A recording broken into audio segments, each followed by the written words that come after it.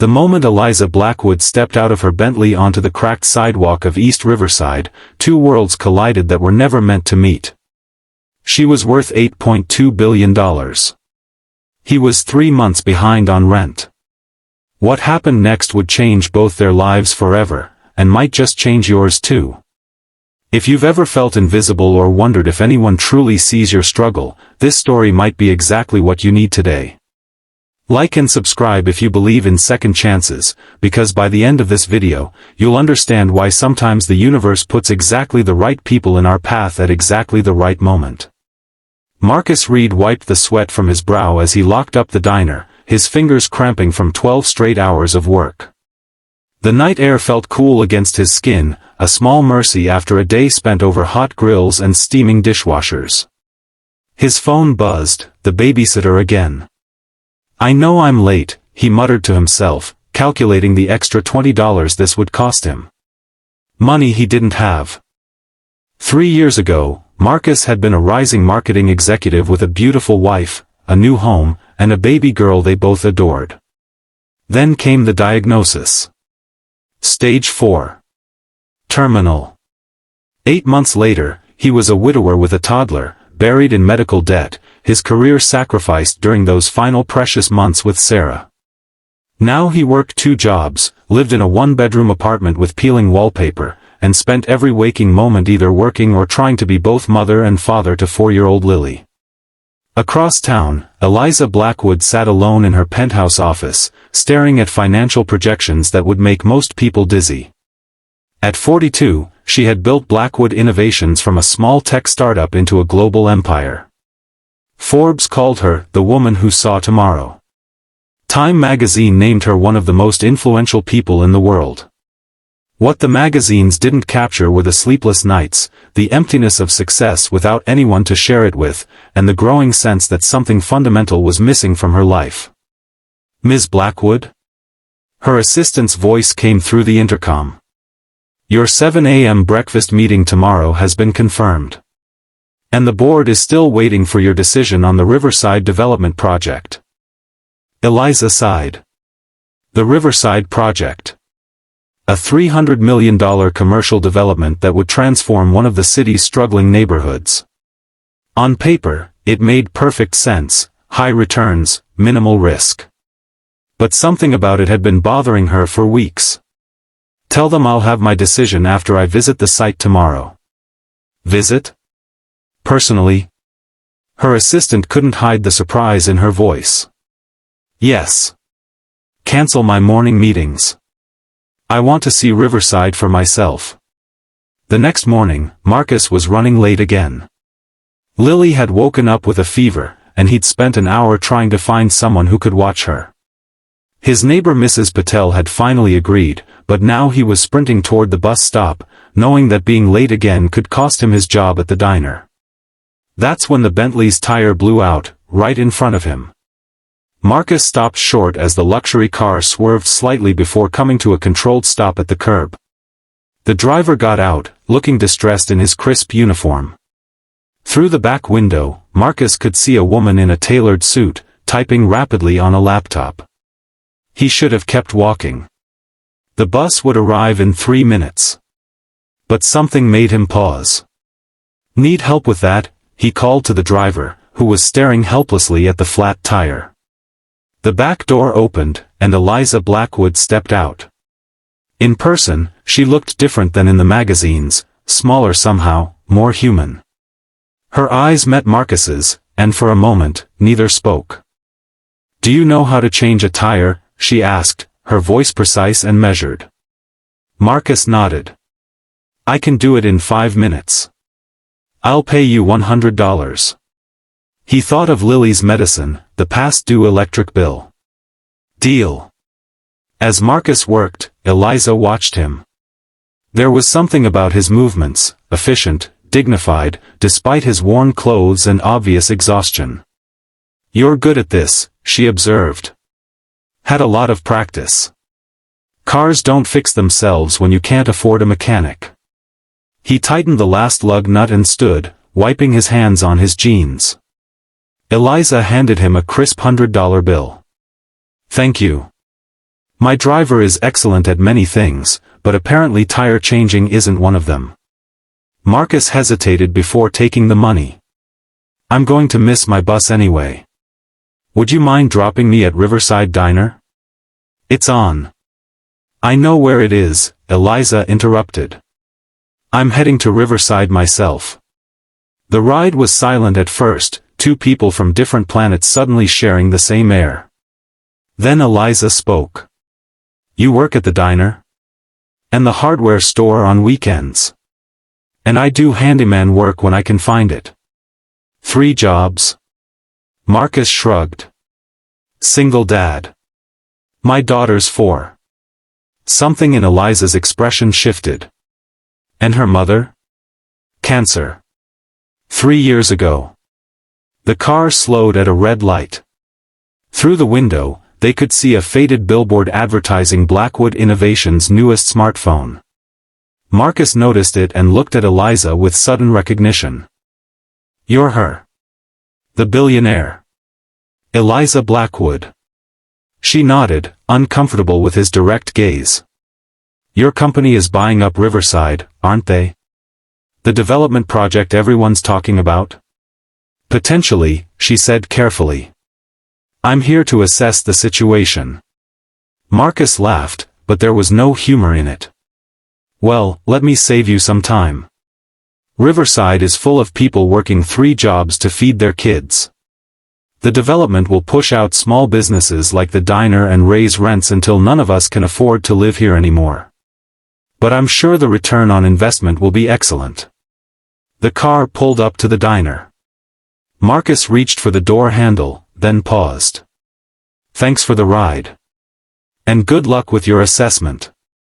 Eliza watched him walk into the diner, his words echoing in her mind. She had read all the market analyses, the projected profits, the transformation plans. But not once had any report mentioned the people who would be displaced. People like Marcus. Wait here, she told her driver, and followed Marcus inside. The diner was busy with the morning rush. Marcus had already tied on an apron and was taking orders, moving with practiced efficiency between tables.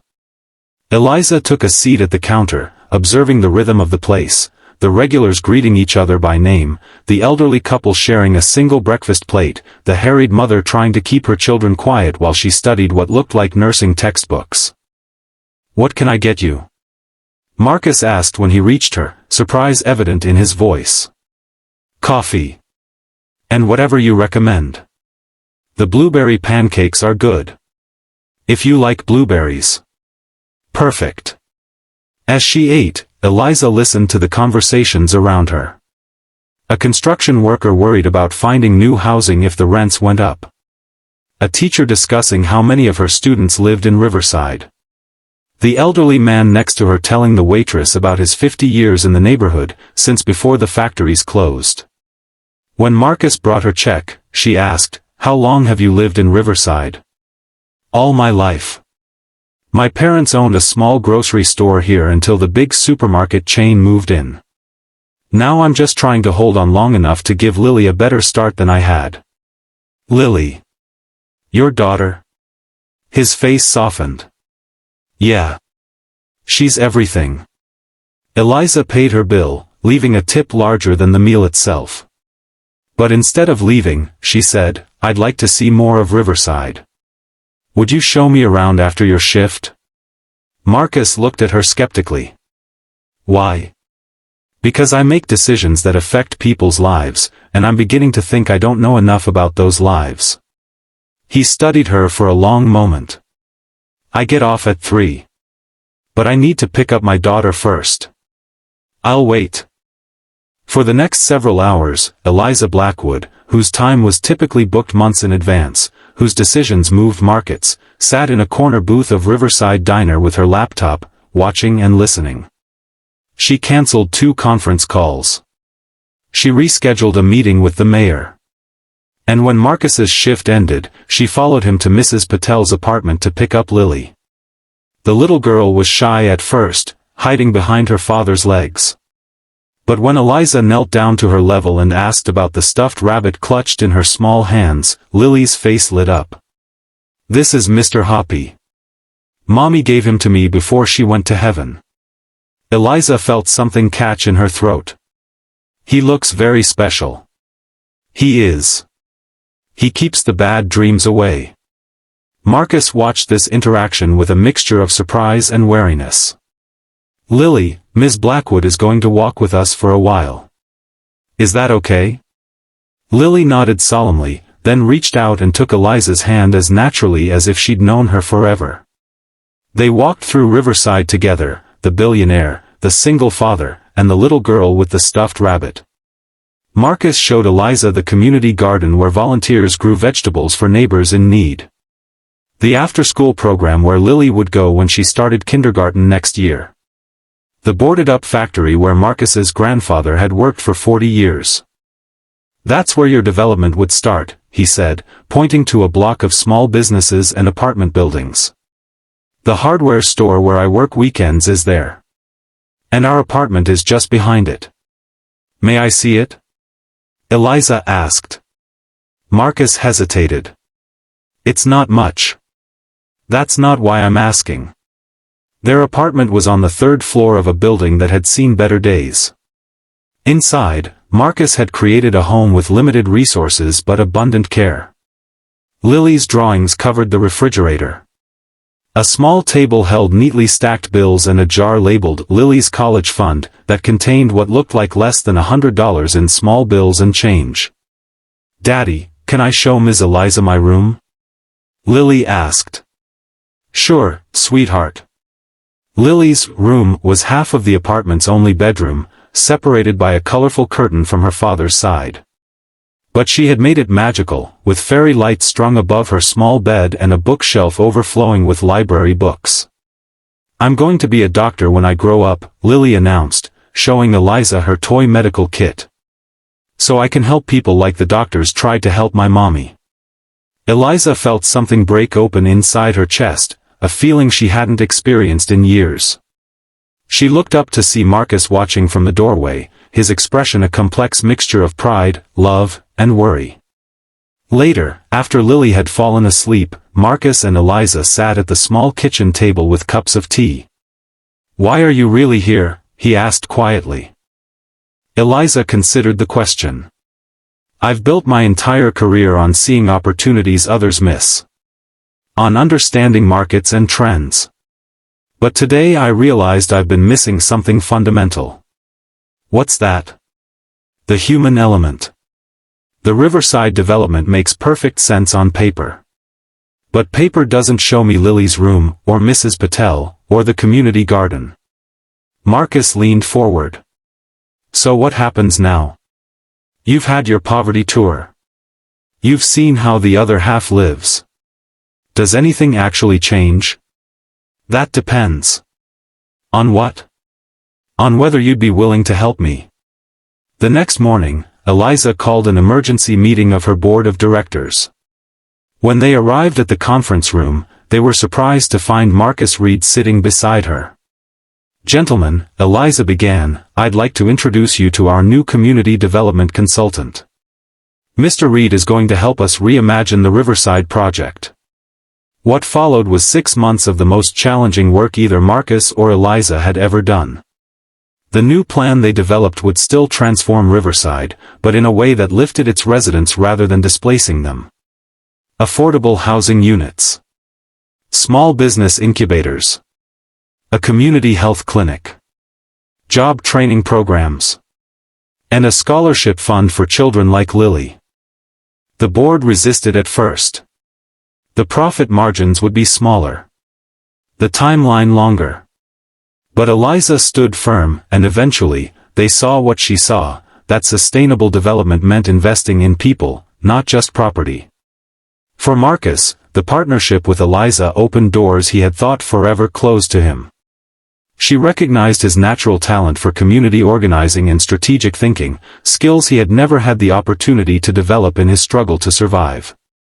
With her encouragement, he returned to school to finish his degree while working on the Riverside project.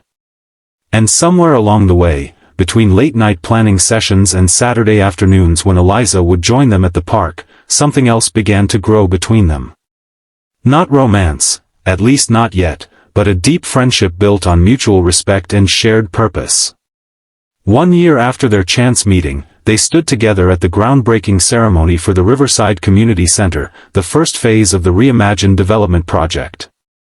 "I never thought I'd say this," Marcus told her as they watched Lily play with other neighborhood children, "but I'm actually glad your tire blew out that day." Eliza smiled. "So am I. You know, I've been thinking about what you said when we first met, about working 3 jobs to give Lily a better start than you had. What about it? I think we're both getting a fresh start.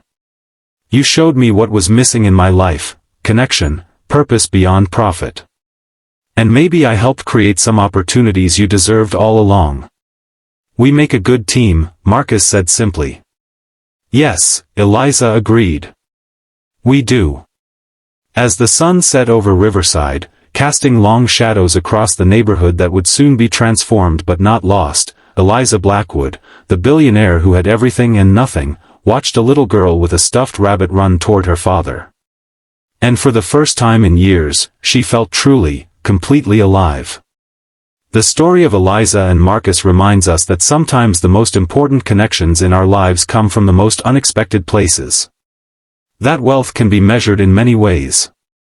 And that when we truly see each other, across all the divides of circumstance and privilege, nothing stays the same. If this story touched your heart, please like this video and subscribe to our channel for more stories that remind us of our shared humanity. Because in a world that often feels divided, these moments of connection are what give us hope. And hope, as Marcus and Eliza discovered, can transform not just a neighborhood, but entire lives.